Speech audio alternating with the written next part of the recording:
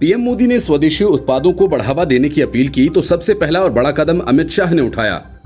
उन्होंने सभी केंद्रीय सशस्त्र पुलिस बल के कैंटीन में स्वदेशी उत्पादों की ही बिक्री किए जाने की घोषणा की। उसके बाद इस बात की उम्मीद की जा रही है कि अब राजनाथ सिंह भी सभी सैन्य कैंटीन के दरवाजे भी स्वदेशी उत्पादों के लिए खोलेंगे। स्वदेशी जागरण मंच के राष्ट्रीय सह संयोजक अश्विनी महाजन ने कहा कि स्वदेशी उत्पादों को लेकर गृह मंत्रालय ने जो शुरुआत की है उसी राह पर रक्षा मंत्रालय सहित सभी सरकारी विभागों को आगे बढ़ना चाहिए।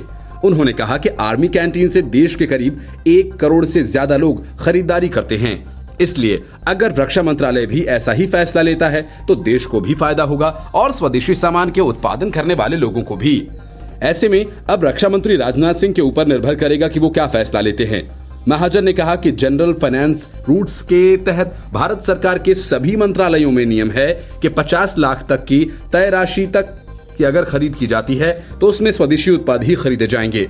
हमें उम्मीद है कि अब इसे गंभीरता से लागू किया जाएगा। आर्मी कैंटीन में इसे अमली जामा पहनाया जाता है तो जिन सामानों की डिमांड होगी उसका देश में उत्पादन किया जा सकेगा, क्योंकि देश के लोगों में हर सामान को बनाने की पूरी क्षमता है। उन्होंने कहा कि सरकार सबसे बड़ी खरीदार है, ऐसे में भारत सरकार अपने स्वदेशी प्रोडक्ट्स की खरीद अनिवार्य करती है, तो इससे देश को आत्मनिर्भर बनाने में मजबूती मिलेगी।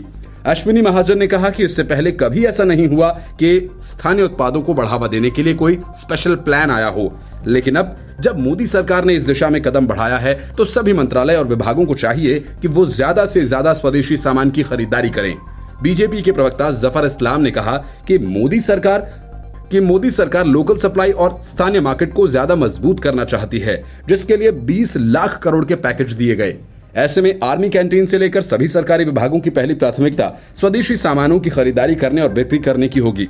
केंद्रीय गृह मंत्रालय ने इसकी शुरुआत कर दी है और जल्द ही रक्षा मंत्रालय समेत तमाम विभाग इस दिशा में कदम बढ़ाते हुए दिखाई देंगे। Bureau report, news of India.